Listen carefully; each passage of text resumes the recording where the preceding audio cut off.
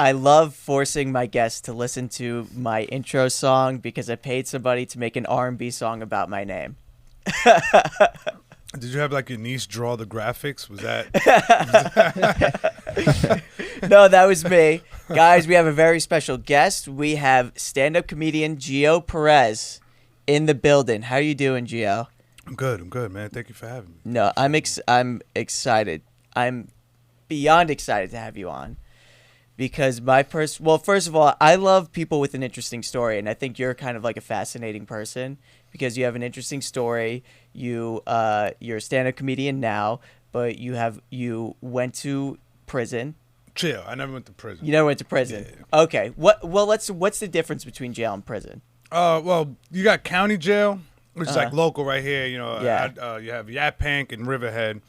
And that's just basically kind of like a portal to prison. Right. It's like you don't stay there more than 2 years. That's like the max you could stay there. 2 county bullets, Right. bullets a year. Okay.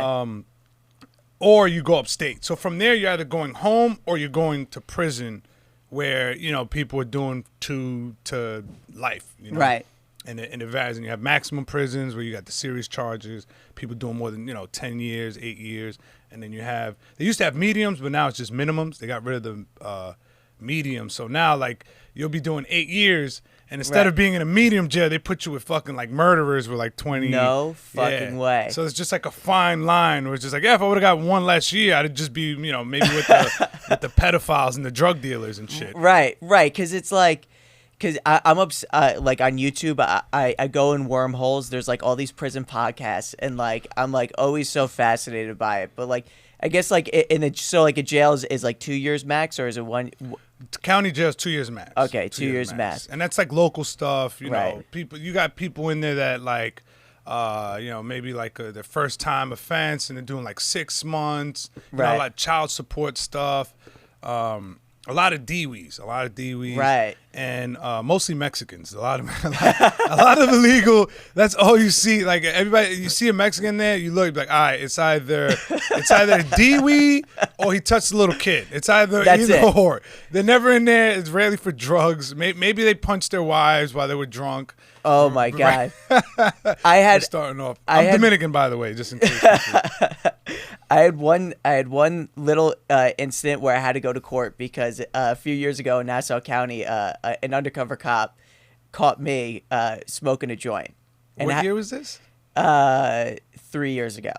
Holy shit! Three or 4 years ago. No, 3 years ago, and I got caught and smoking a joint, and I had to go to court in Nassau County, and it's funny that you said Mexicans, like either a bunch of Mexicans are in jail, because when I was there, it was only people who got caught smoking pot or had a weed pen.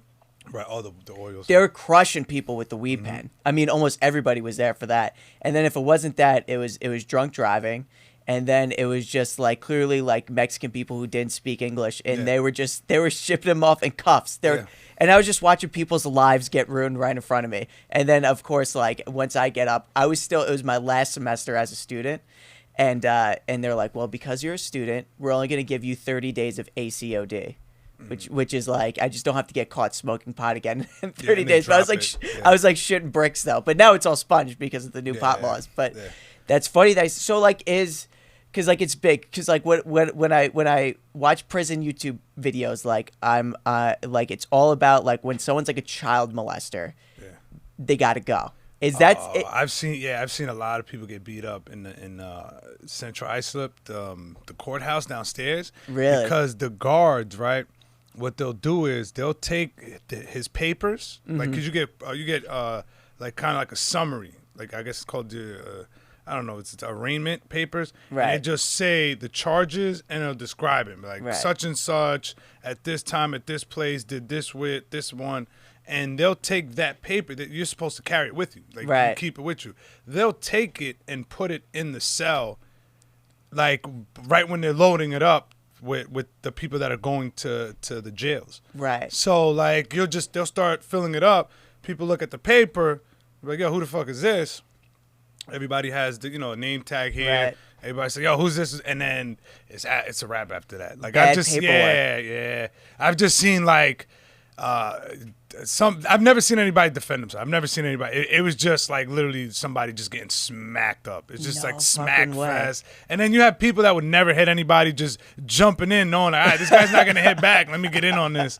And it's bad. So is there somebody who like makes that call where it's like, is there one person that like in that cell that's like, I handle all the paperwork, I gotta check everybody, and then I decide if someone's like a child molester, or is it just like by? Yeah, it's literally if one person just decides to be like, hey, who is this, and decides to find out who it is. Really? Yeah. Okay. Because you never know, that might have just been sitting there from earlier. Right. But when somebody sees that, they're like, yo, who is this person? Or the guards are just straight up and be like, get in here, you fucking pervert. Or something like that. And then they're like, yo, what you in here for? And, they'll throw the papers in there. The guards are just feed you to the wolves with that. That's the only charge. Right. Unless you I think they did this to one guy. He killed the girl. Like, he didn't rape her, but like he went up behind her and slit her throat. It was like somewhere out here. Like, this was like 6 years ago. It was like, a pretty young girl, but he was like stalking her. Right. He was like obsessed with her. Yeah. And I guess he like turned her down and she like went up behind her and slit her throat. And then that guy was just getting beat up left and right. He ended up on suicide watch and shit. And mental observation. Yeah. Where did they take after they beat them up? Where did they take him? There's no way to throw him back in. No, he's staying there until they go to the fucking. Really? Yeah. So he just got to keep getting beat up every day. Yeah. Oh, because when if they get to the jail, they usually put them in protective custody. Right. But with that, it's like you're in a jail because now you're not leaving yourself for 23 hours. Right. Okay. So it's just like you're usually with other pedophiles or people who, might have snitched or something. Right. Or somebody that just doesn't want to live in general population. They don't want to live in that environment. So like, I feel safer in myself. Right. So it's just like, or, you have high profile cases where they have to put you in protective custody because it made the news and they're like, if we put this guy in general population, they're going to kill him. Right. But, okay. Like, I've known people who had, like, charges like that, like, kind of sex crimes, whatever. Right. And they would ask to go to general population because, they were either, real street dudes that just kind of got caught up in some shit. Right. They didn't really rape nobody, but they felt like, I can I'm going to go, public urination or something like that. No. I mean, like, they were probably fucking with a girl that was like 17 or something, like statutory rape and you have some, there was one guy I remember, like in my town, I won't say where, but say his name. It was just that motherfucker's crazy, bro. Like, he just kill people type shit. Like it was a girl that he thought was older because she was fucking with a lot of older dudes. Right. She looked older, gotcha. Like I think she was 16, but she, a lot of people, she looked 21. I never seen her. Right. But like he ended up messing with her. He met her like at a bar, Right. So in his mind, he's like, she's older. Right. And then it was something where she caught feelings for him. He didn't want to fuck with her. And then that's when she was like, the statutory rape thing came in. She didn't say rape, but like the whole statutory thing. So he like tried to get out of that PC because he's like, I look guilty if I'm in here. Right. You know what I'm saying? Like he's like, I didn't know. But he was a big dude and he's killed people. So he's just like, I don't give a fuck. I'm in county, Like this is a guy who will be in upstate in prison and just like, holding it down. So that's what I mean. But, I've known I've known people that they're not for that lifestyle and they're just, I'm going to stay out of this fucking environment. Just ride it out. It's just, the thing is, right, things are calm. Like let's say like the counties, like Suffolk County jails, are more calm compared to like Rikers, because Rikers, you can get fucking scalpels in there, razor blades. It's really hard to get weapons in Suffolk County. They're really good at kind of controlling the contraband that you get in there. It's really hard to get drugs, even though it's always around. It's but it's like in Rikers, it's almost like a fucking store. Like it's it's just around. It's there, because there's so many prisoners. Too big of a place. There's too many people just getting in the bag and shit. And out here, they got, the cameras, the high tech the new jail especially. There's been so many visits. I'm sitting there, and I got my daughter, my baby mother there, and all of a sudden you just see the fucking 4 security guards running out like this double, mirrored room and just tackling the guy because they caught him, doing something over the window or something. Really? Yeah. That's fucking crazy. So like the guard, it's like I'm always fascinated about the relationship between like someone who's an inmate and the guards. It seems like sometimes like, is there ever a point where a guard can be like your boy, or is there always some sort of tension between like an inmate and guard? Like, is there ever like a cool guard like, no, I fuck with this guy? In general, there's no cool guards. Right. For the fact that if you hit one of them, doesn't matter how cool close you are with them, right, he's on your ass. You know what I'm saying? Like, yeah. or you get into it with somebody and not even hit a guard. Like, a guard just wants to hit you. Right. He's jumping in just because that's, you know what I mean? At that point, right. But there are some ones that are just like, where you just kind of live in harm. Like, I know you're here doing your time too. Because those guards are in jail too. Right. Regardless. A lot of them fucking drink. A lot of them fucking go home. A lot of them are kind of fucked up in the head. Right. There was one when I was in there as a minor. I was like 16. I was doing like 6 months. Shit. So you went to like adult prison at 16? No. It was an adult prison, but I was with the minors. It was like 15 through 18. Once you turn 19, you went to the adults. Gotcha. But there was this one guard. He had a black baby hanging on his arm. It was a black baby and had a noose around it. No fucking way. And they made him, they would make him wear a long sleeve shirt. Right. And when he would work the minor dorm, and I'm the lightest person in there. I'm like the only Spanish, only anything, and the rest black. Right. And he would roll up his sleeves on purpose and wear it out sometimes, just to kind of get like you know what I mean, the everybody riled up. Really? Yeah, it's fucking Suffolk, bro. Come on. I know, but you would think for his own sake that he would like why would you rile it? Doesn't that make his job harder, or is it just like? I mean, is it just like so much testosterone, like such like a alpha male mentality between everybody that he just has to do that? Well, I think it's more of like a race thing, Right. Okay. A lot, like I feel like a lot of them. There was one. I think he was like a captain or something there, and they're like, yo, he was like had like a lot of clan ties and shit like that. Really? Yeah, and then the way he walked, I don't know how serious this was, but there was like this old Dominican dude. He's like, you see how he's standing in that posture? He's like, that's like some clan shit. He's like, yo, that's how those guys walk. I'm just like, this fucking guy smoked way too much K2 and he's fried his brain. But I believe I was just like looking at him, and the way he looked at everybody and walked, I'm like, yeah, he had that like. I mean, if they're from deep Suffolk, like randomly you'll hear those things where there's like sometimes, I mean, dude, when I do shows in like Riverhead, I'm like, yo, this is a different country. Yeah, like, they have accents out there. Riverhead has accents, like they have country accents. Dude, it makes no sense. It's a completely different world. But dude, how much time did you do as a whole? Was it one straight through from when you were 16, or did you go in and out? A lot of in and outs. Okay. I've probably been in there probably like 10 different times, but like stays, I did like 6 months when I was 16. I did 9 months from 18 to 19 when I was just about to turn 19. Matter of fact, it was after 19. I waited till I was 19 to turn myself in, just so I don't have to go back with the minors. Really? Yeah, I did two bids with minors. The worst. It's just constantly fight. You have to fight if you want to live. You have to. Right. And I was like, I was just kind of like tired of it. I survived 6 months, and then the other bids, I was like 6 months, and then like a little like 2 separate months that I did in there. And it's just like when you're the only Spanish person. Oh fuck yeah. Yeah, it's just like. And most of them is a lot of gangs, like it was mostly blood. I don't know how it is now, but it's like a lot of bloods in there. So it's just like, all right, you're not gang related. Oh, you MS? Are you King? Are you this? Are you that? And I'm like, I'm nothing, Right. I never did like the gang thing. Right. I've hung out with gang people. I've gotten close to it while I was locked up, while I was just vibing with somebody. Right. And I kind of got interested. It's a very attractive lifestyle. Mm-hmm.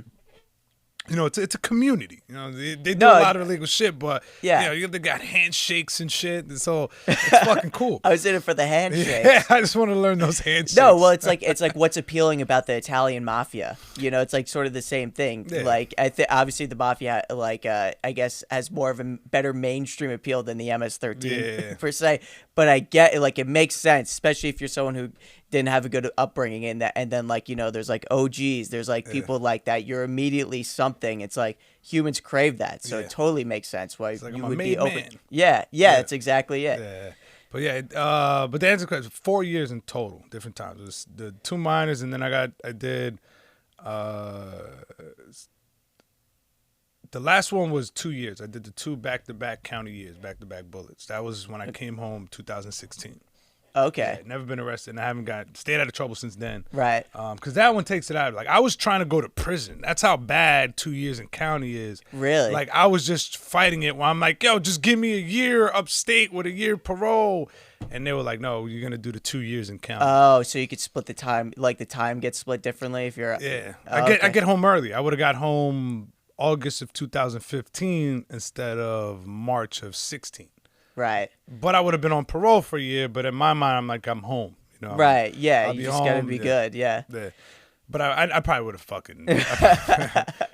So is there no... If you go to county, there's no parole afterwards? No, unless you take probation. But once you do a bullet, there's no probation past that. You're doing the year, and that's like the maximum. But the thing is, the way they do it is they'll sentence you to 2 county bullets, and you'll have to do them instead of running them concurrent. You finish one, you're starting the other one right then and there. Oh. And then you do 8 months out of a year. You get sentenced to a year. It's the math comes out to 20-day months. Right. So let's say you get a year, you do 12 months times 20 days. Okay. And the 10 days is considered good time. Right. So they can take that away from you, you know, if you hit a guard, you get caught with weed. It's basically you get a bunch of tickets, and it's just like, all right, this guy's being an asshole. Right. They'll just start taking it from you.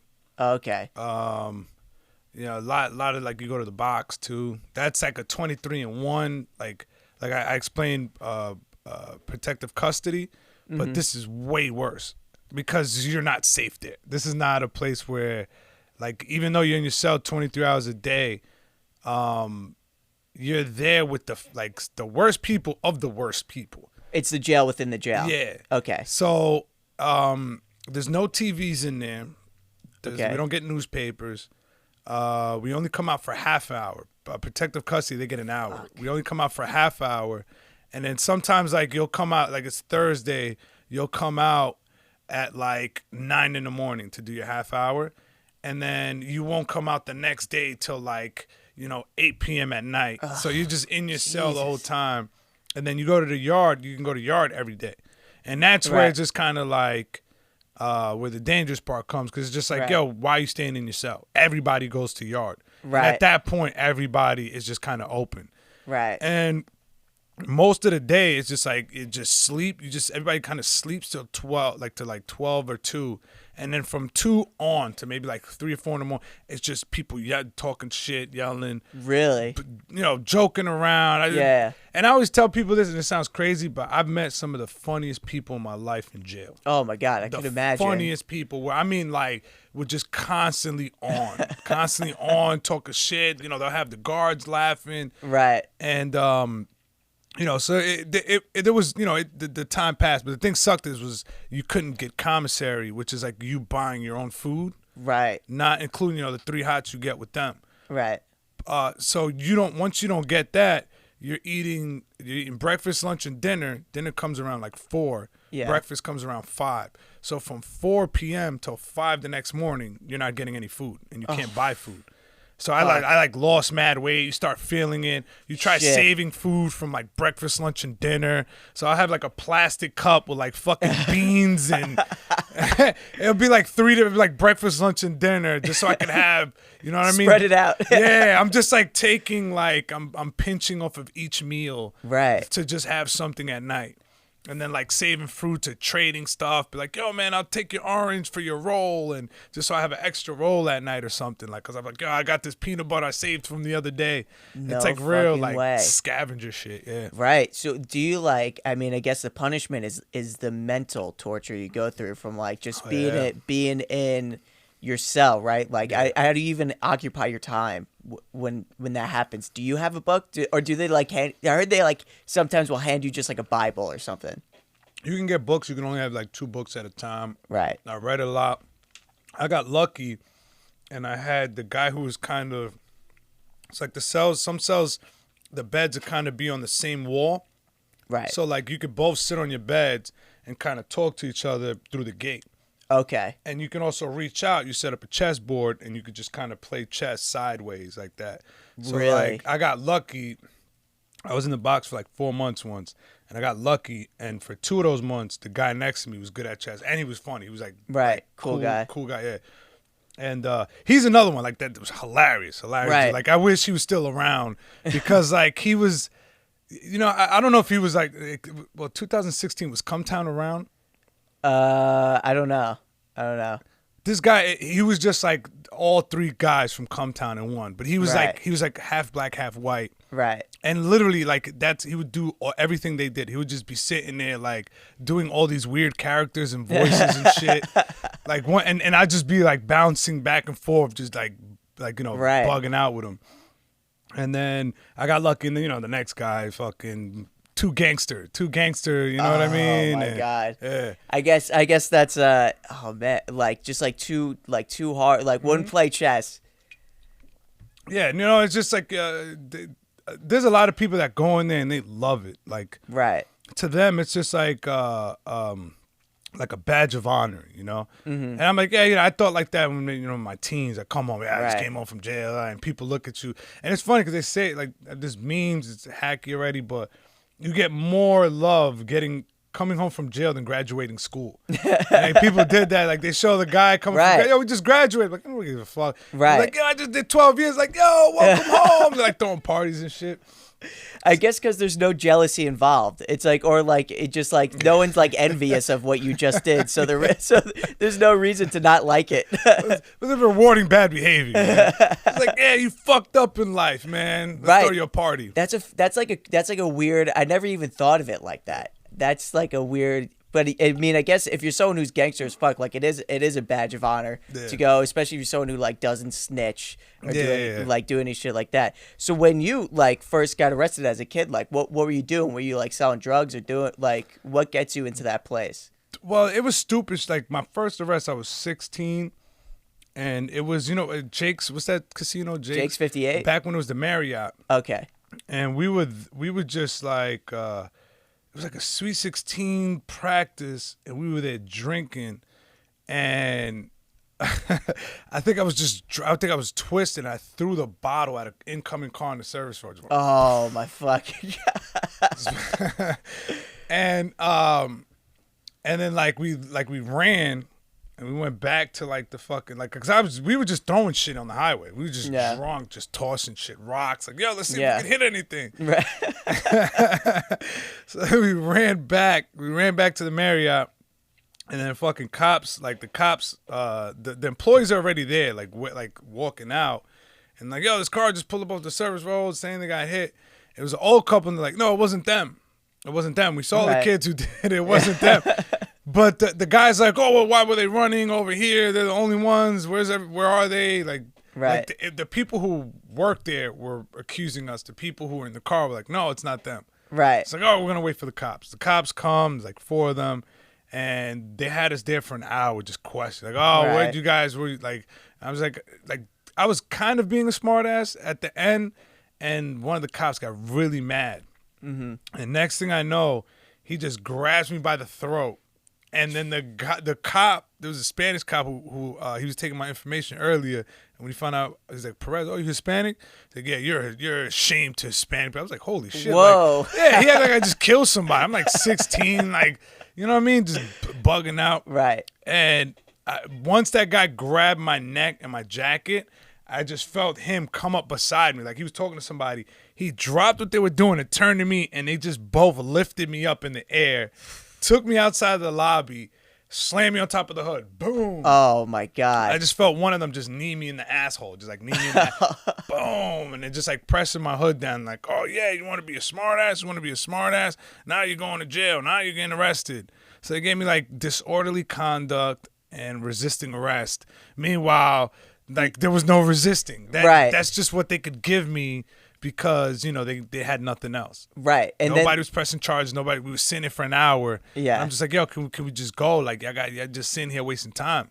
Right. And he got pissed off about that, and then I got my ass beat. Yeah. Oh my God. Like, so like it sucks for you because like you like if they get you on like, you know, assaulting a cop or resisting arrest, I should say, it's like fucking the worst thing you could possibly like. No, it's a light charge. They give that to anybody. Yeah, I think it was like a $50 bail for each. I think it was like really? My bail was maybe like $150. I left the precinct that night. Like I didn't even see county on that one. The second one, that's the one that where I fucked up because I stole a car while I was drunk to go to a hotel party, and I ended up crashing the car. Wait, hold on. In court. So why would you? I can almost understand stealing the car, yeah. But then going to a party in a stolen car. A hotel party, yeah. It wasn't even really a party. It was just like my drug dealer friends, you know, hanging out in a hotel getting high. No plan. Where were you planning on keeping the car? No, I was just gonna dump the car somewhere around there and just go to the hotel. I just wanted to ride there. I just wanted to, and it wasn't like I did it. I used to do this thing where I break into car when I was like 13. Ever since, I think from like 12, every time I would visit Long Island when I lived out in Yonkers, I would notice that people leave money in their car out here. People leave their cars open. So I just go around just trying to see if cars were open. If they were open, I just fucking go in there and take shit. And as I got older, I was like, yo, I had this pen that you press up against the glass and it just shatters it without making a noise. No way. Or you can use porcelain. You take like a spark plug, you know, break the porcelain off of it or anything. Yeah. And you throw it at a window hard enough, the glass just kind of falls like quiet. No, it's not like taking a bat to it or nothing. It just falls. So I would just do that, open the door, and then just fucking. I've found like thousands of dollars, jewelry. People leave jewelry. Fucking back when people had radios and fucking boxes in their back and all that shit, and taking all that you just take everything. But like purse, we got a Louis Vuitton purse once. You know, Port Jefferson, the ferry out there, downport. Like we'd go down there and just clean out. No fucking way, dude. I used to do that until I was like 15, 16, and once I started selling weed, I'm like, yeah, this is way too fucking dangerous. Dude, yeah, how do you have the fucking balls? Like, is it just I like... don't really think about it. Really? Maybe I like the rush. Maybe you know, like, maybe I was like a fucking klepto or something. I don't know. Like, I just kind of liked it. Now I stopped. Once I started selling drugs, like that stealing shit left my system. Right. Like, I was like, yeah, I'd rather make the money. You know, I realized that was so much bad karma. Like stealing shit was so much bad karma. And like in Dominican Republic, people get killed for that shit. Really? You know what I mean? Yeah, I've had friends and cousins that like had to come back here. Like they went out there because they were fucking up out here, started fucking up out there and had to fucking come back like right away, like life or death shit. Because like literally his whole crew was getting killed left and right. Like people were dying because they were doing the same thing but breaking into people's houses. Right. Well, because I know when you go to the Dominican Republic on vacation, everybody's like, just don't leave the resort. Yeah. It's bad out there, man. Even the regular people, like that's what I'm saying. Like it's regular people that will kill them. You know what I mean? Right. Because they look at it like they're poor. Like we're already poor, and you're stealing the little that we have. It's true. You know. So like, and cops ain't gonna help you. Right. So like, all right, street justice. Just look up Dominican Republic thieves, handle thieves. I've seen one, they chopped off this guy's both his arms. They had him butt naked by the river. And the video starts with him missing a hand already. Right. And them making him put his arm down on a rock after they cut his arm. And he's just like crying, he's crying. And the guy's like, he has a big dick, by the way. That fucked me up. I'm like, God damn, if they really wanted to fuck that man up, they would have cut off that fucking hog he had. But he kept his arm right there, and he's like, yo, if you move your arm, I'm gonna hit you in the head. So all of a sudden the thing just goes clink, and he jumps up like and fucking flies. So yeah, with no arms, with no hands. They cut his hands off. They cut him off the wrist. Yeah, so he has like stubs all the way. Yeah, it's street justice out there. I've seen people just get pummeled to death in the streets where they're breaking bottles on them, it's bad, man. Dude, Hispanic justice is wild. It's just like, it's all like in any like Latin American country, island, Central America does not like. It's always some getting cut off. Yeah. You're not leaving with what you came with. It's an eye for an eye still out there, man. It's very it's a lot of, what is that shit called? Very primitive. There's a lot of primitive, Right. Yeah. You got people out there, my grandfather was fucking, brutal, beat the shit out of his kids, and they passed it along to us. Right. And, like, we cut it off, except for the women. They're all fucking crazy. They still hit their kids. So your whole family's straight from the Dominican Republic? Yeah. Like, were you born here, or were you born in the Dominican? No, I was born out here. I was born out here, but I have a lot of like older cousins and still younger cousins that were born out there. Right. But most of the next generation, like my daughter and her, they were all born out here. Right. Every single one of them, yeah. Because I have like my grandmother who's still alive, both on both sides, but my mother's side, she has great grandkids, like 6 of them. Whoa. Yeah. So I have first cousins who are grandparents. Uh-huh. You know what I mean? And they're like 35, no, they're like 40, in their 40s, 45, right. 45, yeah. Right. Because, they were young, and then, yeah. my cousins, their kids, they were like, in their 20s. Right. That's how the old country gets down. Yeah, dude. It's insane. Like, I used to have a bit about it. It was like my grandparents had 14 kids, 59 grandkids. Oh my god. 64 great grandkids, and like 6 great. Wait, whatever. Yeah, it's just 5. Right. And 5 layers. My mother's side. My father's side the same. My father had 10 siblings. Jesus. I used to date this Dominican girl. And like now, how'd that go? I like you said used to. Nobody says I dated Dominican girl. It's always I used to. Well, it was crazy because her family was like super old school, and it's such like a culture shock to me because I won't go into detail, but like I felt like her dad was like kind of sketch, but I just remember I don't know if this is a thing. But like I remember they had a bunch of money, right? And they lived out what's that Nassau town that's like got a lot of money? Whatever. Rich town. Lives inside a gated community, massive house. Dominican. Yeah, lived there her whole life. Most of her life, but it's a massive house, but like no decorations. Really? It was just like mad. It was just like mad fucking weird. But it was just like I couldn't like. You sure they were Dominican? She said she was Dominican. She used to say, this is what she would say. First of all, she was like your skin complexion, maybe a little bit darker. She would say, my parents are from the Dominican Republic, but we're Spanish. And I was like, you're not. Oh, they're probably from Spain, but they. Right. There's a lot of, I've seen Asian people and Jewish people in Dominican Republic. Right, but she didn't look at all like she was from Spain. She was she looked Dominican. She was like she was like darker skin tone than you, and her dad was like mad Dominican and shit. But like when you say like, because you're talking about how you had like your grandma had like 50,000 grandchildren, and like now I get why like they were so old school, because she used to have to serve me food. Like if they had a family dinner, like her mom would yell at her in like Spanish, and she would have to serve me. Like I couldn't do it. I wasn't allowed to do anything. Oh she was Dominican. Yeah, she's Dominican. Yeah. You know, it's funny. Like my mom is like that very like if you try to explain Me Too to like a Dominican woman, right? Like a feminist, her mind would explode trying to explain. My mom's like, but why would she go up to the hotel room?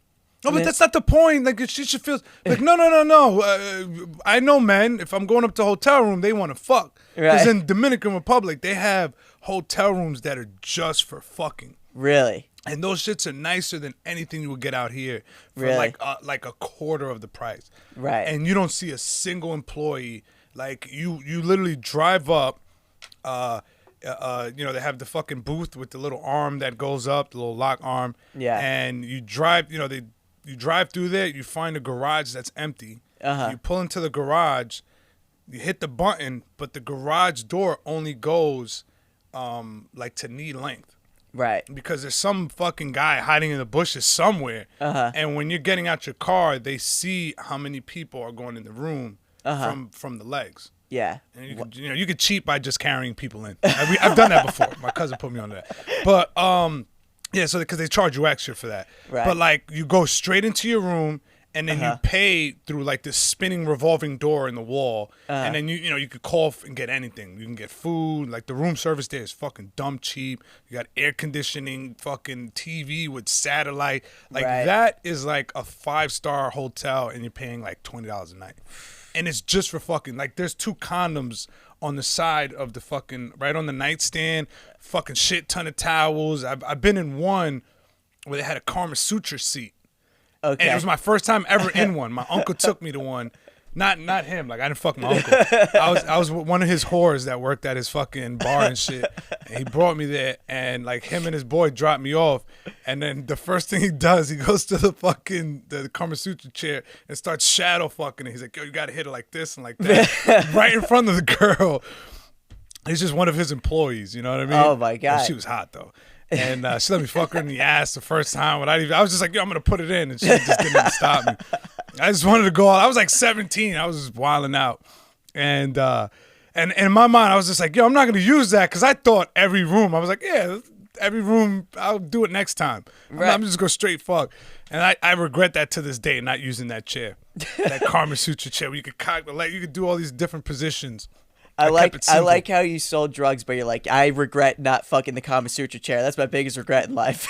Dude, I wanted to put that, like, when you realize how good, like, now, for, like, my age, I'm fucking 34, my back be hurting, my elbows hurt when I hold them down. That chair will fucking work wonders. 'Cause you can just stand up, you know what I mean? It's just the perfect height. Dude, I said now you're always convincing me. I feel like somebody has to just like a reality TV show crew just has to go to the Dominican Republic and just hit play. Nah, you know what it is, man? Like you can't go to certain places and record. Yeah, you would have to ask permission. You got to be careful because like they'll rob the camera crew if you go into the wrong neighborhood. They'll just look at that and be like, oh, they work for BBC. All right, they don't have security detail. We're gonna fucking rob them. Right, yeah, that's like true. You would have to. Yeah, that's like ask permission to try to go to, especially the fun parts too. Right, because when people are like, oh, you've been to Dominican Republic, especially like when my family would rather go to those resorts because I'm like, yo, you're just hanging out with other Europeans and Americans. Right. Like I want to be in, like the only Dominicans are the fucking employees there. Right. They don't want to talk to you like that. You know what I mean? No. Like, you know what I mean? You're there at work most of the time. Like, I want to go to like the fucking hood where people like, they look at you and like, especially if they know, if you have family out there, obviously, like, right. If you're not known in that area, it's dangerous. I would not have as much fun. Yeah. Right. You know what I mean? I've been in certain situations where I was just like, oh shit, like this doesn't feel safe. Yeah. Like going to buy weed and shit and you're just like extra, just extra careful. Cause things can go really, they don't give a fuck out there, bro. Like they're literally fucking starving out there. They don't have McDonald's like out here. Right, you know? Right. Even though they serve beer and fucking tostones and shit, like they still, it's fucking expensive. Right. That's crazy. So I fucking I guess is everything in the Dominican Republic like gang related, or is it like how is it set up? Like when you go to a dangerous spot, is there a gang that runs a certain area, or is it just that everybody on their own is like willing to? There's always that hierarchy. I feel like in every hood and anywhere in the world, there's always that fucking that chain of command. There's always an one authority, person. regardless there's always of what one, it is. Yeah, there's always one person that everybody respects or fears or both. There's always that one person that they might have lived there their whole lives and shit like that. They know everybody, and sometimes those guys are politicians. So sometimes those politicians that have like kind of gang ties and shit. Dominican Republic is very corrupt. Right. Very, very corrupt.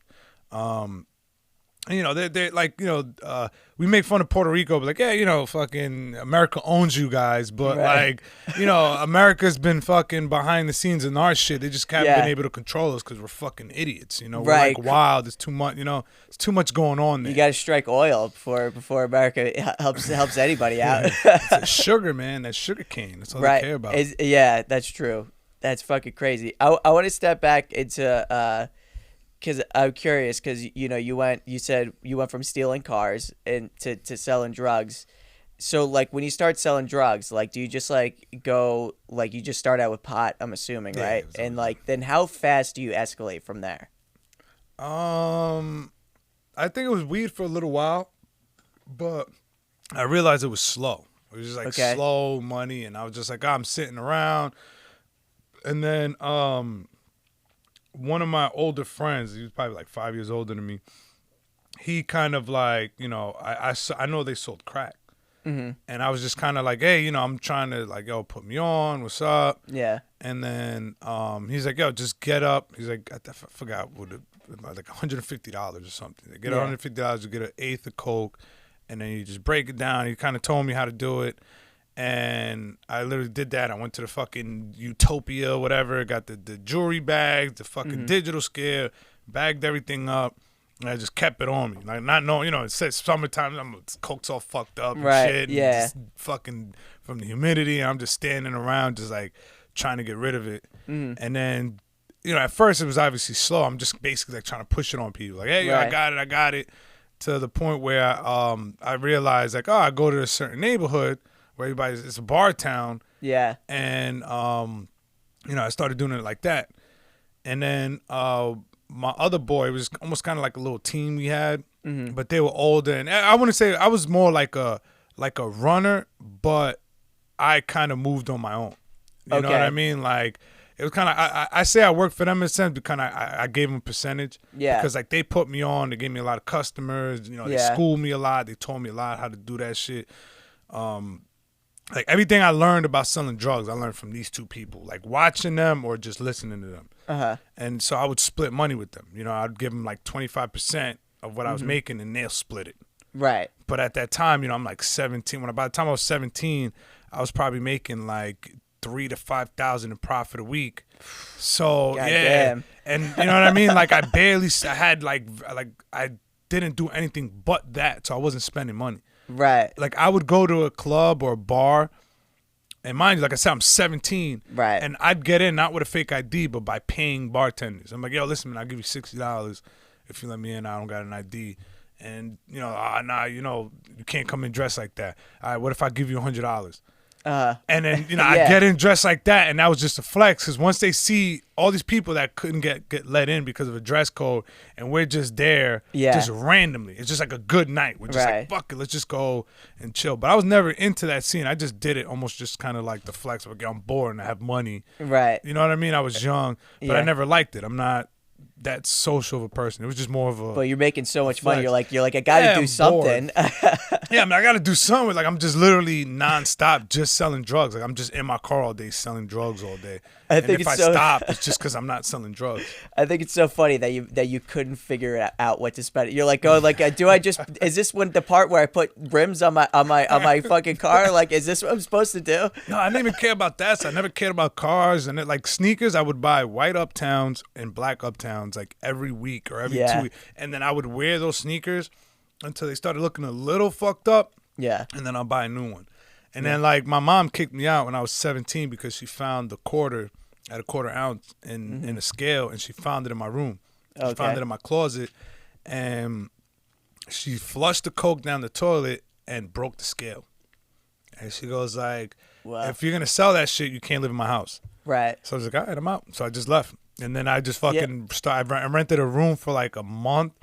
And then, like, the what is it, a boarding home, whatever. Yeah. And then the lady was kind of like, oh, you can't have women over. You know, like, I would have, you know, bring a girl over. She's like, yeah, you're not allowed to do that. So I'm like, all right, fuck this shit. Right. But I'm 17, and I can't, you know, who's going to rent me an apartment? Right. You have to be 18. Right. Like, I lied to her about my age. Uh-huh. And she didn't care because I paid her. But once it got too much, but then I had this girl from Tennessee who she was dating one of my customers. She was fucking hot, like Jessica Simpson hot. Like, really? Yeah. Yeah. And she was like 21, and like sometimes he would send her. And like we kind of got cool and shit. And then when I was like living in that room, I remember one time like she got really flirty. And I was just, and I didn't fuck with her because I thought she sniffed coke. Right. Like, I thought she was a cokehead, but I found out, nah, she doesn't. Like, her boy, Really? she would literally just go get it for him because he's at work. Wow. And then, but she would drink. Okay. She would drink and shit. So, like, one time I, like, invited her to hang out. She brought, like, 2 of her hot friends and shit. Right. Ended up taking a bunch of ecstasy. Ended up fucking with her that night. And then, she got all, like, ready to, like, leave this dude. And mind you, this guy's, like, fucking, I think he had, like, 8 years on me and shit. Right. And my cousin put me on to him. He was a good dude. I felt bad. Right. But I needed a place to stay. And I was like, yo, she's like, oh, I want to leave. I don't like that. I was like, yo, can you help me get an apartment? I'll pay the rent. Just help me get it. Right. I'm not old enough. So she got me the apartment. And I ended up fucking shooting a shotgun in there accidentally and getting kicked out. that's another story. Accidentally? Yeah, I blew a hole right above the kids' playroom in the garage. Thank God there were no kids in the room. Were you just like walking around the house with it? No, I was showing my friend. I was like, yo, look at the shotgun I got. And I was just like, the safety was on. And I didn't realize I had one in the chamber. Oh, my God. And then I'm just sitting over the next thing I know, boom! And then, like, it was a flash and then a ring. Oh, my God. And then I see my boy in the back. He's like 300 pounds, and he was just legs up in the air after the shot. And then next thing I know, I fucking just look at him. I'm like, yo, we got to go. So I took all the drugs, all the guns out of the house. We left. And then I went back to the house. And then the first thing I do, I go look at the hole, and then the family who I'm renting it from is looking up, like, what the fuck? And I was just like, oh, shit. And then my girl got there. Cops were there, like, hey, they want you. My girl was like, yo, they want you to come here, whatever. So I go there, asking a bunch of questions. I'm just, like, lying on my ass. I was like, I don't know, man. I had a bunch of friends in here, and, they were up there, and I'm just clearly lying. Yeah. But they kept going, and then next thing I know, I see like I was probably sitting on my bed for probably like half hour. They're just tearing apart my apartment, and they're like, "Oh, well, how do we know you didn't? It's homicide. That's it. Right? It's like, how do we know you didn't kill nobody?" I'm like, you see blood? I'm like, you think I got rid of the blood out of this carpet? Like, right? I was just pissed. I was just being a smart ass again. And then one of the cops is sitting on my white dresser, my TV dresser. And while he's talking, I just see him look over. He looks down. And he goes like this on the table. And then he picks up a clear jewelry bag. Okay. And I remember like a few days before when my boys was there sniffing coke. And he left the fucking bag there. He like, I guess there was like a little bit of coke, a little amount. Right. And then the bagging. But there was the baggie, just a little bit of residue. So I'm handcuffed. He picks me up by the neck. He has like his hand on the back of my neck, and he puts my face to it. And he goes like, he's like, oh, you don't sell drugs. Like, so what the fuck is this? And I goes like, hold on. And the shit just went everywhere. Oh, man. Yeah, they didn't do nothing to me there, but the one guy, he took me to the car. And while he had me in the back, he just started like backhanding me in the face. So like I literally had tears, not that I was crying, because one of them hit me in one of his nail hit me in the eye. Oh shit. And then literally I knew it wasn't crying because it was literally just water pouring down. Fuck. It just felt like worse than crying. And yeah, so that that was my tale of police, but it's still blue lives still matter. Blue lives still matter. Jesus Christ, dude. You've lived a fucking life. Yeah, and that's all before 18. That's a lot of that shit before 18. Jesus, bro. We can talk about the scar. That was 18. Why? What happened? I noticed the scar. That was honestly, a box cutter. Honestly, I noticed the scar, and I actually have never noticed that on you before, except right when I saw you outside, and I hope he has a prison shank story. No, it was actually in the street. It was a street fight.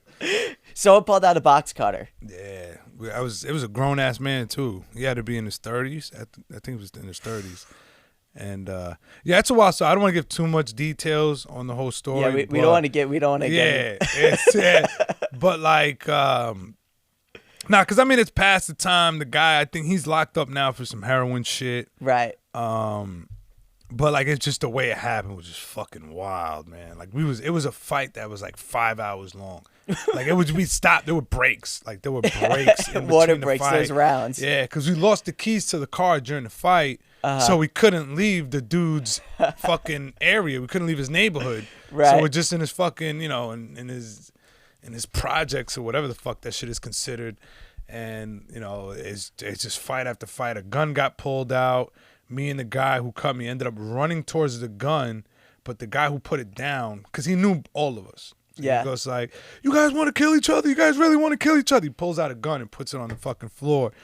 I see him running for the gun, and me just like, I don't plan on shooting nobody. I just know if that guy grabs the gun, he's shooting it. Yeah. So I ran towards the fucking gun, and when he saw that I was going to get to it, he kind of just lifted it up. It was like, all right, let me, yeah. It's like that. And then we left, came back. We got a ride out of there, came back, and that's when I got cut.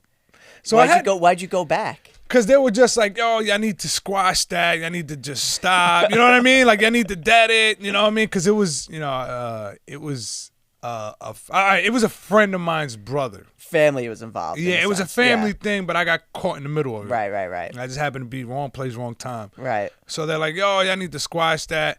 And then me, I was literally right around the corner from my house. Yeah. And I could have just been like, nah, fuck this shit and left. I had that feeling. Right. But I'm like, I feel like a bitch if I do. Right. So I'm just like, all right, let's go. And I'm like, yeah, we need to dead this. We need to dead this right now.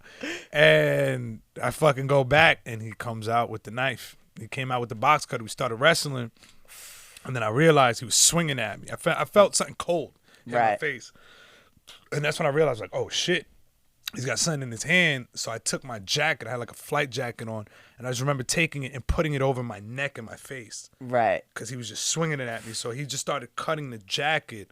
And I think that saved me because he cut my neck through the jacket. Right. Like when I had the jacket in the hospital, you see where he cut through and where the blood was. Right. So I think that's what saved me when I put my jacket over my neck. Jesus. And then like I ended up just pulling away from him. So I'm just sitting there with like, I'm shirtless. And I didn't realize I was cut until I went and picked my jacket back up.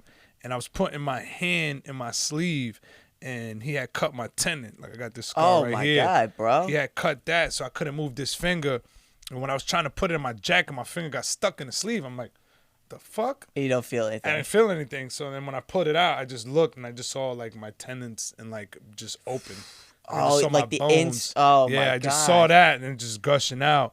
And then while I'm doing that, I just felt the wind hit my neck, and it felt like a burn. And I'm just like, and when I touched it, I saw a picture of it afterwards. It was like a lip, like it was just like small right here, and it just opened up right there. So once I felt that, I was just like, I was like, oh shit. Right. And I'm like, yeah, we don't have no phone. The phones are in the car. We don't have the keys for that shit. Right. We still had payphones back then. Luckily, we still had payphones. Right. Because this had to be 2004.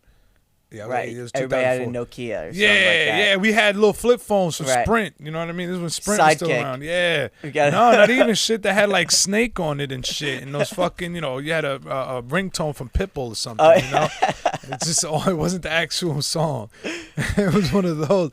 But like those were locked in the car. But like I said, luckily we still had payphones because I ended up making it to this shows you how fucked up people are. Like I was trying to stop people like on the walk, or walk and run to the payphone to like, yo, help, like, yo, Right. Nobody stopped. One dude, like I tried to, at one point, like I was just standing in front of the cars. Right. And they were just like, some of them weren't even going to stop. I'm just like waving, like, cause I had my t-shirt wrapped around my hand and I'm just like, yo, help. Fuck. Yeah. So I'm just like, and the thing that bugged me out, I didn't know that, like, because in my head I'm like, oh, you got cut in your neck, you're gonna die. Right. I didn't know that. Oh, if they hit your jugular, you're gonna die within 14 seconds. Right. Like I didn't know that. Just like it was just flesh. Yeah, they just hit the top layer of skin. Yeah, if they would have hit, if the doctor said, hold on. What? The headphones? Why? No, the headphones started sounding weird. Might be right. Oh, the cable? Yeah, right, you could hit. Cool. But yeah, it just hit the top layer, of the skin. But, you know, I didn't know until the fucking doctor told me. He's like, yeah, if he would have hit the next layer, he would have reached the jugular. So he goes, like, you got, like, they were taking pictures of me. Like, yo, I needed, like, one guy, he's like, yo, I think he's like one of the doctors. He's like, do you mind if I take a picture of this? He's like, I could cover your face if you want. I was like, yeah, take a picture because I want to see what it looks like. Because I can't see what it is. Yeah. And that's when I saw, and I was just like, holy shit. Like, it was just, So, like, yeah, I didn't know. I thought, you know, if you get your jugular hits, they say 10 seconds, you're done. Right. But I didn't know that. In my mind, I'm like, well, yeah, maybe he didn't cut that deep. Maybe I'm going to bleed out slowly. You know? But, like, I thought I'd be more scared. I was just more like, I was just such in shock that I was just like, I didn't give a fuck. Like, the cop came. He goes, oh, what happened? I was like, nah, man, I was just trying to point. Like, yeah, this happened back over here, so they don't go to that area. And then my friends end up showing up there. Right. I guess one of them he was behind me. I didn't notice. Yeah. And they followed me over there. And then after I had told this cop this whole fucking lie about the fight, the guy's own brother, he comes back. He's there, and the cop's like, yeah, that's kind of fucked up. Yeah, did you see what those guys? And he goes, yeah, they're right over there. Yeah, they're back in that apartment. I'm just like, and I looked at him. I'm like, you fucking asshole. Oh, like, man. Yeah, like he did it on. I was like, yo, you're a fucking dick. Like I just lied to this guy. Like I was like, yeah, yo, this shit happened over here. You're half dead, bleeding. Yeah, your hands like whipped open, and he's just like, yeah, man, it was fucking. Yeah, those guys are right over there. I'm like, yo, dude, you're older than me, man. Like you're gonna fucking. That's your brother. You're gonna rat on your own fucking brother. So how old were you at that point? You must have been 18. I was 18. God damn. Yeah, I'm just fresh out of high school. Shit. Fresh out of high school. Lived like 4 times the life that I have now by the time you were like 17. Me and Frank are in shock. Oh, we didn't even get to the part where I got pistol whipped. No, yeah. Then the guy pulled out the AK-47. That's where that's when it starts to get interesting. Yeah. I have a clip page. I want to show you some clips because I was prepping the clips. Over here. Frankie, do they come up on the small screen, the clips, or no? Okay. There's a few clips because basically I spend too much time on TikTok, and they have it's this big thing on TikTok because people can sneak in phones like into so they're so it's like prison TikTok, and I found all these videos that I find extremely amusing. Yeah, I'd get triggered by these. I couldn't spend my time doing this because I was just like, holy shit. So yeah, that's how it was in Yapang. Really? So it's like that kind of like bunk bed style. So Frankie, that's minimum security. Right. Okay. So that's kind of like 50, 60 people. You got some bunk beds on the edge, single beds in the middle, maybe one TV. Yeah. Maybe 2 or 4 picnic metal tables, and 2 or 3 guards watching. Right. So Frankie, you could play this clip if it works. Soldier. She make it clap. She make it clap. She make it. I'll tell you, the funniest people in She make it clap. She make it clap.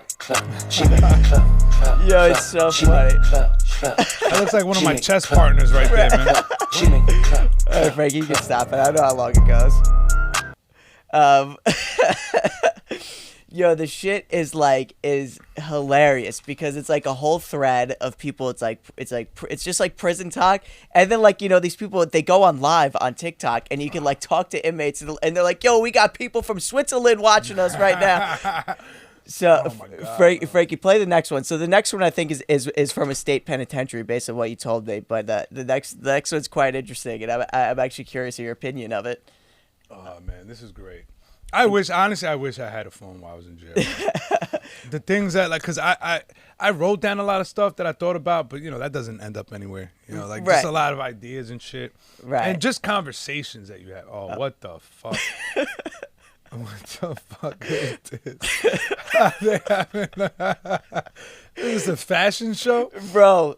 Yeah, this is state prison because they right. got that doesn't happen. That doesn't happen in jail, right? No. That's state people aren't prison, locked up long enough, right? Yeah, there's trans people in prison. Like there's right. Yeah. So is this a punishment or is this extra? They signed up for this. No, I think they're into it because look at the skinny white guy. Like he's definitely like full blown girl mode. You know what I mean? Yeah, you know it's funny. Everybody tells me it's just like, yo, if you like jail is mad racist, right? Like it's self-segregated.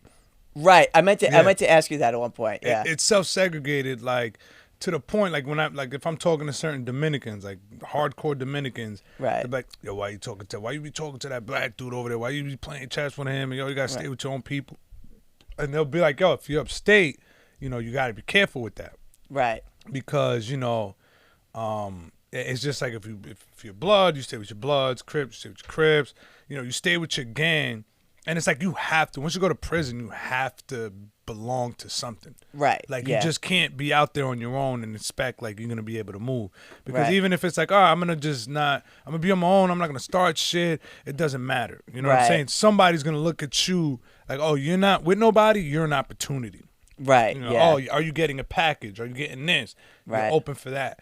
Like I remember like one time when I thought I was going to go to prison, you know, the guys that give me advice, he's like, hey, you know, if you get upstate and you see a bag of like shit on your bed, like a care package there already waiting for you, like snacks and all this shit, they're like, don't take it. Really? Because that's somebody giving you a gift and it's like, oh, now you owe me. Right. Like, I gave you this. Yo, yeah, that was me. I took care of you. So it's like, now you owe me a favor. Right, yeah. Yeah, and it's just like setting you up. And they're like, yo, he's like, yeah, they try to get me like that. And I walked out, you know, had a Bud Light and, the Arizona on the bed. And I just walked out. I'm like, yo, whoever this is, thank you. I appreciate it, but I'm good. I got my own shit. Right. And they left it out, like, to let them know, like, yeah, I'm good. Really? Yeah.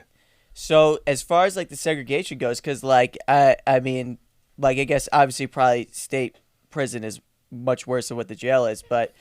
Because like as much as basically all of my information is off a podcast, but there's a lot of guys they go and it's like, especially a lot of them from the California state prison system, like will do a podcast and like it's very like strong, like the gangs. Like if you're a white guy, you have to click up with the neo-Nazis or whatever the white gang is, and if you're black, you have to do Bloods or Crips, and then if you're Hispanic, it's like Latin Kings gang. Or whatever. Yeah. So it's like it's even like that on the jail on a jail level. Yeah, they don't like interracial mingling. Right. It happens, business and all that shit, but it's like, yeah, you work out with your kind. You eat with your kind. You know what I mean? Whatever you're doing, you stick with your own people. And it's like, you know, every Dominican I know they go to prison, they end up trinitario. What is that? It's Dominican game. Right. Yeah. So just strictly Dominicans, like but this is the thing, because I know Latin King people that they'll have white. Right. They'll have, you know, like they don't really respect them like that. Right. But they could be hardcore gangster, but at the end of the day, they'll be like, oh, he's still a white guy. Or he's still, you know, with a Dominican, like, oh, he's still Puerto Rican, he's still Colombian. Right. But he fucks with us, he's loyal. Mm-hmm. But, you know, like the mob used to look at Irish people. Remember the Goodfellas? They're like, oh, yeah, he's Irish. He'll never be a made man. Right. So it's like they'll fuck with you, but you can never be a made man. Right, yeah. So, like, you'll have that mix. Like, I know white guys that were Bloods. You know what I mean? Fucking the whitest guy you could imagine, but they'd have like grills, fucking gold grill and tattoos all over the place. Yeah. His name is Blaze or some shit. Don't fuck with Blaze. Don't fuck with Blaze. I shouldn't have said that was his actual name. I shouldn't have said But there's got to be 40. There's got to be 40 white dudes in prison somewhere named Blaze. Yeah, with a gold grill. That's like the ultimate gangster white guy name. Like it's Blaze. Johnny Blaze. Blaze. No, that's fucking that's like crazy to do. Like you don't understand. Oh, Frankie, you could play this because you were talking about saving food in prison. So Frankie, you could play this because this is insane. Can we talk about jail food next? Can we talk about that? Let's get into play this first, and then we'll get into it. But dude, this I'm like watching this. I'm like, why does this actually look good? Yeah, that's that cook up, man. Yeah, they'll have the Jimmy Dean sausage. Oh yeah. All right. So what you're seeing right here, that's the table. That's the table. That's the actual table that they turn into a grill. Right. Right. And people have done that shit. So look, they put the burner under the table. Right. Which basically made that shit a grill. That's fucking insane. You got hot plates. You use hot water. Run hot water over it. You know, obviously it's not gonna be that. Right. But it's like stuff like that. Sausage is already cooked. Right. But you can't say sausage in jail. You gotta call it. They call them AOs. Really? Yeah. You never like even when they're gambling, and you gamble with your food because you don't have money. Yeah. So you put like, oh, this this AO costs $2.75. Yeah. And they'll write AO. Because when you say when you say it like a hood, they go, oh yeah, the sausage. I'm like, AO. Right. So they call them AOs. No fucking way. That's so funny. You can't say sausages sausage. Yeah. So instead of saying sausage, you say AO. So they got look at that. That's fucking insane. That was a Christmas light. Can you pause it right when in the beginning, where they could show under the table? Because I want to see how they did it. Because this is a legit big grill. Yeah. All right. Look. Yeah. You see, it's just literally a metal table that they're putting some heat under it some way. I think they took the hot plate and put it under it to make it like a griddle and shit. No fucking way. Yeah, that's not like that's some contraband shit. Like, they get in trouble for that. Right. Yeah. I mean, they go nuts on prison TikTok. They do it for the views. Dude, I learned how to light a cigarette with 2 batteries, aluminum foil, and steel wool. Dude, that's I know how to make fire. That's like a science project. Yeah. Dude, you got some of the smart, like, it's insane. Like, if some of these people took their talents and, just applied it to something, that just shows you. It's just like, it's just basically opportunities. Like, they were fucked up. They grew up in a fucked up environment, but they come to jail. They have that extra time. They have to behave. Right. And you just see, like, they'll take a picture. You give them a picture of your daughter, and they'll make a likeness of it just with pencil. Really? You know what I mean? And or they can add color to it and bring that shit alive. And then you see them breaking fucking color pencils up just to make powder for paint and all this shit. Like, these people are fucking, like, it's like MacGyver. Like, you have to become MacGyver in jail. Right. Like, I've seen people take somebody's glasses in the yard and light a cigarette. Or they'll take no way. With like the sun? Yeah, just with the sun. It takes a while because they put the leaves up. Yeah. And all you really have to do is you take like a little piece of paper, you twirl it up. Right. And then as long as you get that shit burning, you get a little cherry, you're lighting a cigarette. No fucking way. I've seen it a bunch of times. Like, they'll take the plug, right? You take an outlet. Yeah. You take how did they put I forget how it is. You have to take 2 napkins, you take a paper clip, you wrap a napkin in a paper clip, and you put a lead piece. Yeah. Like a piece of lead from the pencil in the middle of it. Okay. And you basically put that fucking paper clip into the outlet. The outlet sparks the lead up. That creates a fire in the in the napkin. Yeah. And then you light it with that. But the problem with that, sometimes it get too much and you'll see the flicker. Yeah. And the guards will know, like, oh, somebody's fucking with the lights. Or you'll hear pop. Yeah. Yeah. And then the TV is like right across from the bubbles from the guard's bubble. Yeah. So like they can see somebody standing up to try to get to that outlet behind the TV. So it's like they have to do it like quick and quietly. And sometimes it'll fucking shut the TV off, and like you're like, hey, can you turn the TV back on? And they're trying to turn it on. Oh, there's a problem. Well, you guys fucking smoking again? Yeah. That's wild. That's so like when you like, did you like cook? Did you get on like a cooking level or could you not? Were you not able to do anything like that? No, nothing on that. I cooked in the kitchen. Oh, in the kitchen. In the kitchen, but not like that. Like the way we would cook up is you'd get these fucking urns of hot water. Right. And you'd have like this minute rice and all this shit. And we had like a slop sink that was, put out steaming hot water. Yeah. And they'll put like a food in a bag, a plastic bag, and they'll just run it under that hot water, after they cook it for a while. Or they'll take like a juice carton, whatever, and they'll gut it open. And they'll put the food in there, and they'll put the hot water in there to keep it warm. Right. Dude, they did like the food, like just in the dorms was crazy because like you get this minute rice, and then they'll take ramen noodles. Yeah. They'll cook up the rice, and like it's called cook up, and let's say it's like all 3 of us. I'm like, yo, I got 2 bags of rice. You're like, yo, I got the AOs and the fucking and the ramen noodles, and he's like, yo, I got a pack of tuna, and a bag of rice, and I got, they'll take the seasoning from the ramen noodles. They'll take like ketchup packets, mayonnaise, they'll make like a sauce. Yeah. And then like they'll take all the fucking rice and the noodles, open up a garbage bag, like a clean garbage bag, put it out like on a table or but when they put it on the metal table, they have to put the towels out. There's isolation so the metal doesn't absorb the heat from the food. Right. Like, it's all fucking thought out. Right. And then They'll put the rice out. They'll have the sauce ready.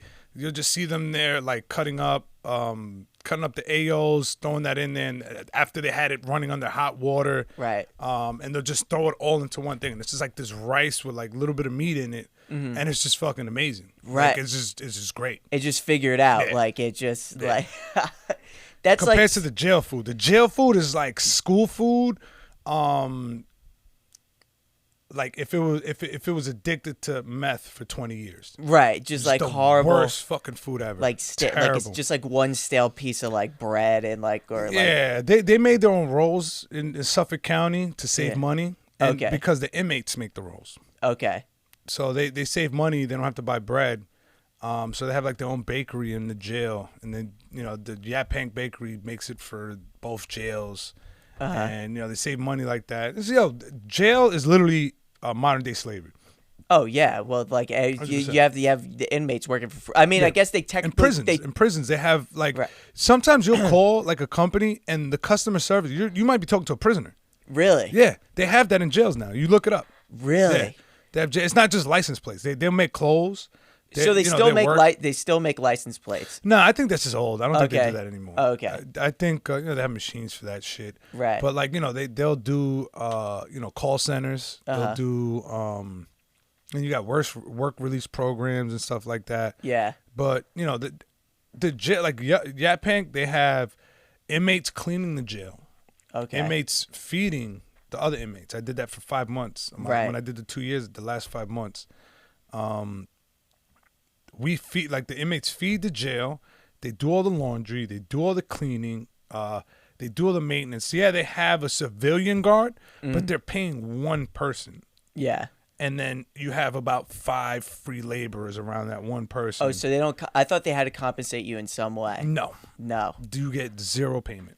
Their payment, this is what they tell you your payment's supposed to be. And this is when they get on this shit. If the dorm is smoking a lot and they're annoyed with you, Yeah. they're like, oh, we're only supposed to give you extras of the jail food.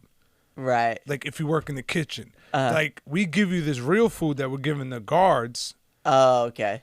that's a privilege. We're not supposed to give you that. I've had people tell me that. That is like such Yeah. horseshit. There's Yeah. no way. And they would do that. Like, Right. if, let's say there was, a lot of smoking in the dorm. Right. Like they was giving somebody a hard time. One of the guards, the civilian cooks, the COs would talk to them, and they'd be like, "All right, you guys can't get regular food today. You guys have to eat the regular stuff jail you food." make. Or And you're literally doing all this free labor. Now imagine if they had to hire actual people to cook for them. right. It's like, I mean, geez. Health benefits, all that. Those guys make a lot of good money though. Those civilian cooks, they make Right. pretty good money, and they're cool. The cooks themselves are cool. Cooks Right. themselves are cool. Well, because they're not like affiliated with like the guards or anything. They're just kind of like regular ass people. Yeah, there's chefs who I guess couldn't make it on a fucking I guess what's that guy's name, a Gordon Ramsay level. Right. So they're just like, I'll settle for this. It has benefits, a good retirement. A chef's got to cook somewhere. Yeah, like. Hey, I gotta eat. The audience is easy to please. Just like Right. inmates to eat anything, and they don't even like the civilian cooks only really cook for the guards, Right. and then just tell the inmates what to do Right. with the with when we feed the inmates and shit. Right. And I got lucky with that because I was a bus boy, and I did a little food prep when I was a teenager. So when he's like, "Oh, you got restaurant experience?" I'm like, "Yeah, I worked the restaurant for 6 years and all this shit." So like he had me help him cook. Like they would Right. always have like an inmate help cook even for the COs. Right. So like I would always be eating like the good shit, and I had Right. access to the good shit. And luckily the chef that I had was cool as fuck. So he always looked out for me. And then I also met a chef in there who I won't say the club, but he also works at a comedy club out here. And I bumped into him recently, and he's I don't even say too much, but like he's tied in with this certain club, and we would always talk about comedy in the kitchen. No way. We'd always Yeah. talk, and he would tell me, he's like, yeah, I do this and that with this club, And I'm like, yeah, this guy's been here long enough. He's probably lying just like the other inmates. You know, people get locked up, and, you know, you have crackheads like, yeah, the Mercedes-Benz out there in the street, and I was making this type of money. You know, everybody's a billionaire when they go to jail. Like, I'm making money on the streets. So, oh, my God, this guy's, you know, it's contagious. The bullshit's contagious. Right. But then he starts showing me pictures of all these comedians, Louis C.K., Dave. I'm just like, all right, maybe he's just a fan. Yeah, he's just a fan. I'm still kind of down. But then, you know, I saw enough. I was just like, and he said enough. I was like, oh, shit. And when I came out, I never seen him. I kept going to that club. I'm like, he's fucking full of shit. Right. Maybe he was just a chef there. And, you know, he was just, you know, whatever. He was just bullshitting. Right. And then I bump into him. And I was just like, this was like 2-3 weeks ago. And I was like, yo. No fucking way. He remembered he didn't remember my name. He remembered the name that the other cook used to call me. The other name, instead of calling me Gio, he called me Sergio. Oh, okay. Because I still had long curly hair, and he's like, yo, he's like, you look like a Sergio. So that was just my name. Yeah. And then he had brought up, he's like, hey man, you ever get 5 minutes? Come talk to me. Wow. And then I forgot he said that. And he mentioned that to me the other day. I was like, 5, I got 10. What's up, man? Like, yo, you could take it. We'll talk after. You could definitely take advantage of that. Yes. But no, he was, but it was crazy, man, because like even his face was shocked. Right. Because he noticed like every comedian that went to say bye to him knew who I was. Right. And he was just like, well, maybe he's not bullshitting. Because he's probably thinking too, he's just like, yeah, comedy 3 years, and let's see. Right. I don't know. He's probably looking like he's still got that, like, you know, that inmate lying habit. You know? Right. So at what point did you start doing comedy? So have you done comedy like you started doing it right after your last 2 years after I came home from jail. Right. Almost. But you didn't do it in between, like, or anything? No, I've never done. The first time I've ever was on stage and told a joke was February 19th, I think. February 18th of 2018. Right. It's like your second birthday. Alabama. Yeah, I remember, yeah.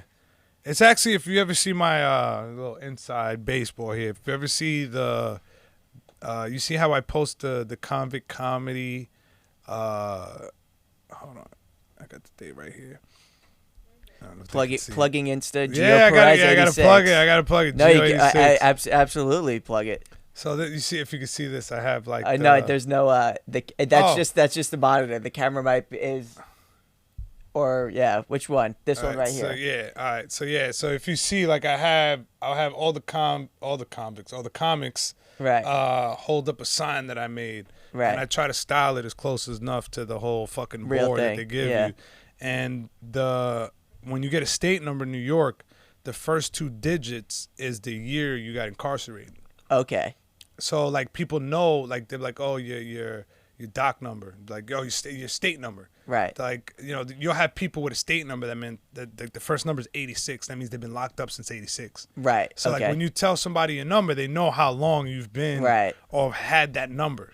Because you can, like, let's say you do 10 years, this number stays with you. Let's say you're 10 years and you got 30 years parole after that. You got life parole. Mm-hmm. Every time you get locked up for parole violation, you go back to upstate with that number. Okay. So it's like kind of something that sticks with you forever. Right. Yeah. Until you catch like a new charge. So I made the inmate number the year I started comedy. And and they always put the letter is the reception jail you went to, either Ulster or downstate. Okay. And then that's how they know. Like, you tell somebody your inmate number, like, oh, you got locked up this year, you went to this prison. Right. Just off of that number. So I made that the date when I started comedy. So it's 2/19. And I just added 420 because of the weed. And because, you know, it's usually 4 to 5 numbers at the end. I was like, I can't end it with just 3. So I just added the 420 at the end. Just to kind of, that's a little Easter egg. Little inside baseball right there, yeah. So everybody who watched this today will know that's what that number means if you ever see the Convict. Hell yeah. Well, here's the thing. This was a fucking awesome episode. This was a fuck ton of fun. Dude, thank you for coming on. Thank you for having me. I was so excited to have you, and you completely delivered. But yeah, I mean, plug your Insta again, plug your shows, do all that kind of stuff. All right. So If you follow me on Instagram, it's GEO. People usually put GIO. Oh, yeah. But it's GEO Perez 86. And I have a link tree right in my bio. And then you can either come to one of the open mics that I host. I have a show every last Friday of the month at a gym that looks like a convict. It looks like a jail. The quick story on that, the owner went to jail 7 years, came home, made this whole jail workout. So he made the gym look like a jail. Right. One of his friends is a comic, one of my guys, shout out to Derek Drescher.